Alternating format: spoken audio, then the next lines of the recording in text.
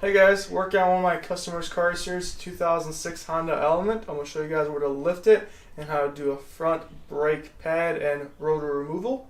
And then we're going to come back with a second video of how to put it back on. Alright, so we're going to go back down here, find the pinch weld of the car.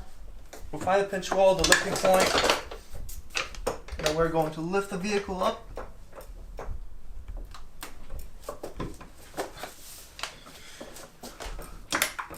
You want to put it high up enough to where the wheel is off the ground. If you're going to use hand tools to remove the wheel, you might want to crack those lug nuts loose right now. In this case, it's a all-wheel drive vehicle, so that wheel is not going to move if it's on the if it's lifted up or not.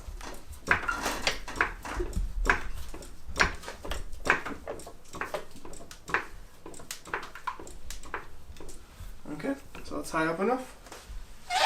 I'm going to secure it with the jack stand. Pinch weld as well, or in this case, I could put it on the unibody because it's got a spot for it. What I usually do is I leave it on the jack stand, but I also have a little pressure on the jack itself just to keep it for extra safety. This one's a 19mm.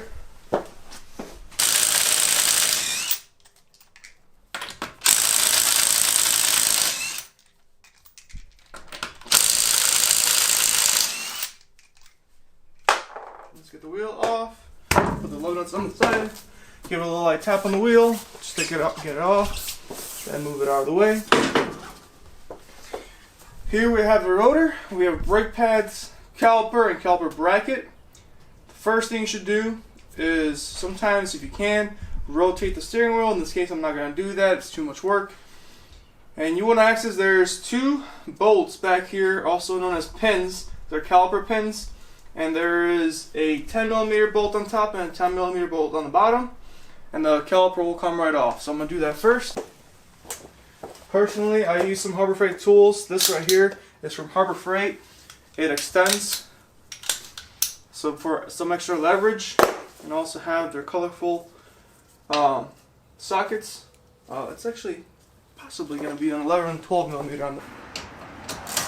So instead of just putting a lot of pressure down, what I like to do is hold it with one hand, give it a light tap to get it loose, and then remove it all the way.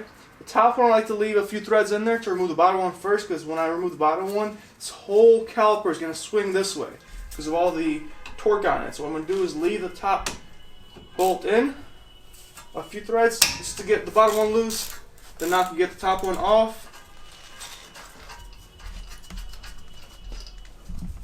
And then the bottom one off as well.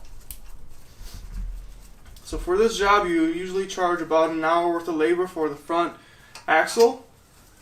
I personally charge $80 an hour, but you guys can charge whatever you want, or you can save some money doing this on your own. Usually shops charge about $130 an hour. So usually charge about an hour and a half. They upcharge by a little bit, so you get charged about an hour and a half of labor at $130 an hour. You're almost at $200. For just labor. And then brake pads and rotors cost some money on their own as well. Now, you could just simply remove the caliper out, but what I like to do sometimes is apply pressure and pull towards you. What it does is it compresses the piston in a little bit. It makes it easier to come off. As you see, this job is a little messy, so my brand new floor right here that I got from garage store is going to get a little dirty, but the good thing is I could easily clean it up right afterwards. Different vehicles have different things to it. This one has some pins that hold the brake pads from one side to the other together. Take those off first. Then in this case it's very, very rusty, so I might need a screwdriver to pry it off.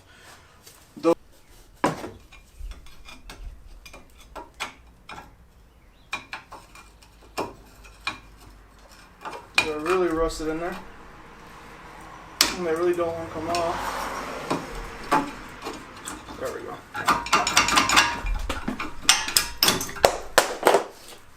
So these brake pads, let's see if we can get a little closer here, are very, very much worn down to where you cannot see any more of the lining over here. That's not good. That's way too far in. That is the metal part of the brake. That's what holds everything. And these are the pads itself, the the friction material. If that's worn down too far, they're going to start ruining the rotors, which is in case what happened. Even if you beat on it.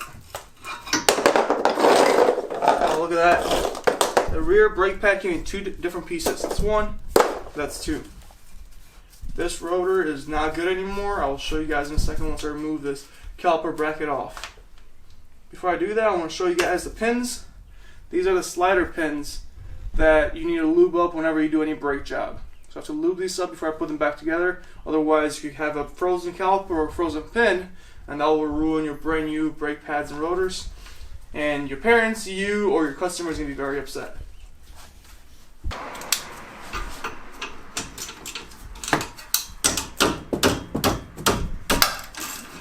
Again, same thing as with the caliper itself. Get the top one loose, then break the bottom one loose before we go ahead and take the top and bottom bolt off.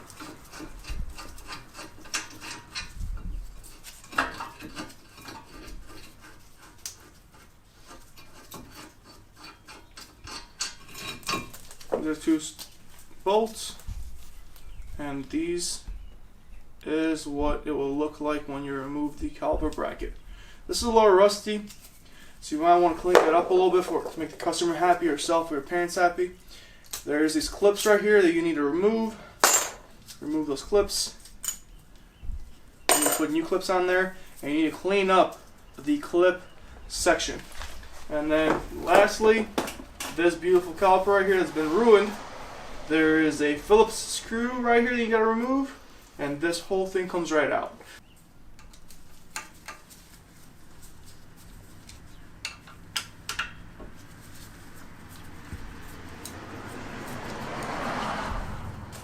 These are the two screws you remove from here. Usually just a light tap, and it comes right off. Again, it is a very messy job. I do recommend cleaning up your area before you install it, because once you go over that with the wheel, it will be stuck on the ground forever and ever. Well, that's it. Next video will be installing the brakes.